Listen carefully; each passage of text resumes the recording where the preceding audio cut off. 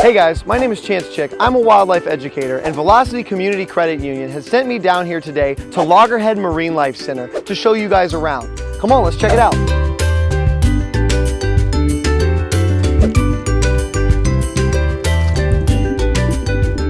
So here we are with Mike from the Loggerhead Marinelife Center. So you guys focus a lot on rehab here specifically, right? Rehabilitation of turtles that come into you guys? Correct. So every turtle here is a patient. They're either sick or injured. They have something going on with them. So we rescue, we rehabilitate, and we release. So the goal is to release every patient that's here. Get every single one back out there. Correct. Well, Mike, if you don't mind, why don't you take us on a little bit of a walk around the facility? Absolutely. So when guests enter the main campus here, right here is our FPL Outdoor Sea Turtle Hospital. So these are all patient tanks. So all of our turtles here are, a lot of times you'll see the hospital working on them right here in front of guest view. There's also an area right over here where you can learn about the different species in Florida and all their nesting habits, really like educational area. If you go further up here, there's actually our indoor hospital where we have a viewing window, and a lot of times our guests can see an actual surgery happening live, which is fantastic. Something really, really special that you can't see anywhere else. This is another area here on our left, which is the ICU. And this area obviously is a little less viewable. It's by design. They don't need to be exposed to that added stress. Absolutely. Sure, Absolutely. of course. Right here is a deck where we have field trips and birthday parties.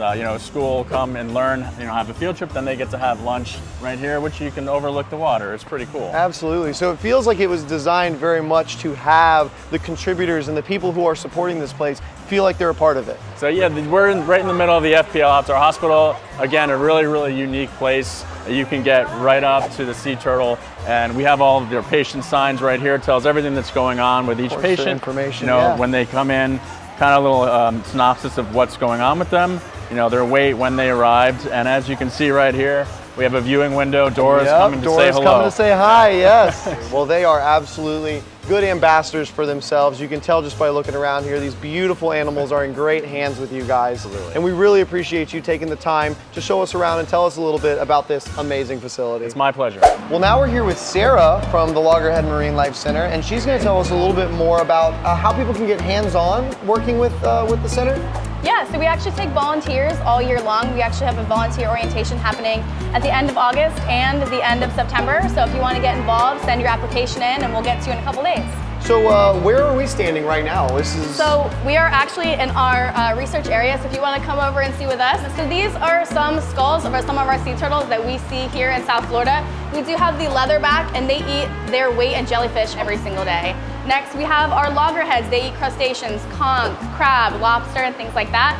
And then we have our greens, who mostly focus on seagrass. That's exactly why they are called greens, because the more seagrass they eat, their fat actually turns green as well. They're mostly in the southern area of Miami, are the hawksbill, and they really focus on eating sponges in this area.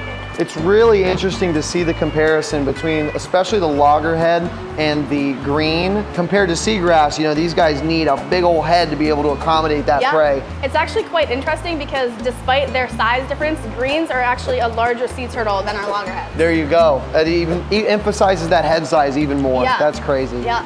So we'll take you to the rest of our facility. I'll show you the hospital. Our ICU unit closes all of the water systems to each individual tank, so we avoid any contamination. Also, if we have diseases out in the water like red tide, we are able to close off our loop system to keep our fresh water moving. Quarantine is something not a lot of people think about, but it's so important for a facility like this. So this is Joey, one of our green sea turtle patients. He actually came in recently from an entanglement with a fishing line with his humerus showing. So we actually had to have an emergency surgery and have that removed. So our vet did that about 2 weeks ago, and he's healing and hopefully will be on his way in the next couple months. Well, that's fantastic. Joey, I'm glad they found you, buddy. So I see Dora's nice and charismatic, and she likes spending time up here by the tank. What brought Dora into the facility? Yeah, so she was actually found up in Port St. Lucie with monofilament constriction to a flipper, and unfortunately she had to have her left flipper amputated. I see that, I see. So once she's completely healed, our vet team will give kind of a final protocol, and then they will work with FWC, which is Florida Fish and Wildlife. Of course. And then they will work with us on a proper release date. Absolutely. Well, that's fantastic. Let's hope your stay here, Dora, is comfortable and as short as it needs to be.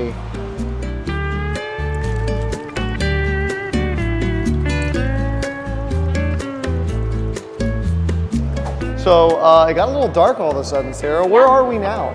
So this is our One Ocean Hall, and it highlights a lot of the different animals that you see in South Florida. We also have a digital reef exhibit that children can pick their favorite marine life animal, color it, and send it off to the reef, and they'll actually swim out in front of them. Well, that is fantastic, and I know that these exhibits in here could keep me entertained for hours, so I definitely see the appeal, and this is a beautiful facility you guys have set up here.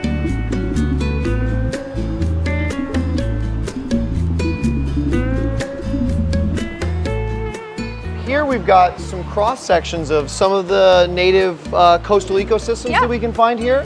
Why don't you dive right in on those? Yeah, so we actually show 3 of Florida's ecosystems. We have the mangroves, which are a lot of brackish water, any of the animals you'll see in that area. To my left, you'll see our coral reef tank, which shows a lot of our ocean animals, including our pufferfish, Walter, who most of the time is hiding away. He is a fan favorite. If you come, you'll be able to check him out. And then we also have our Gulf Stream tank that has 2 sharks and other animals that you can check out when you visit. So even though we focus on endangered sea turtles, we really want to encapsulate all the ecosystems that are in South Florida and how they play a role all together in our environment. Absolutely. All spokes in the wheel of life. Yes.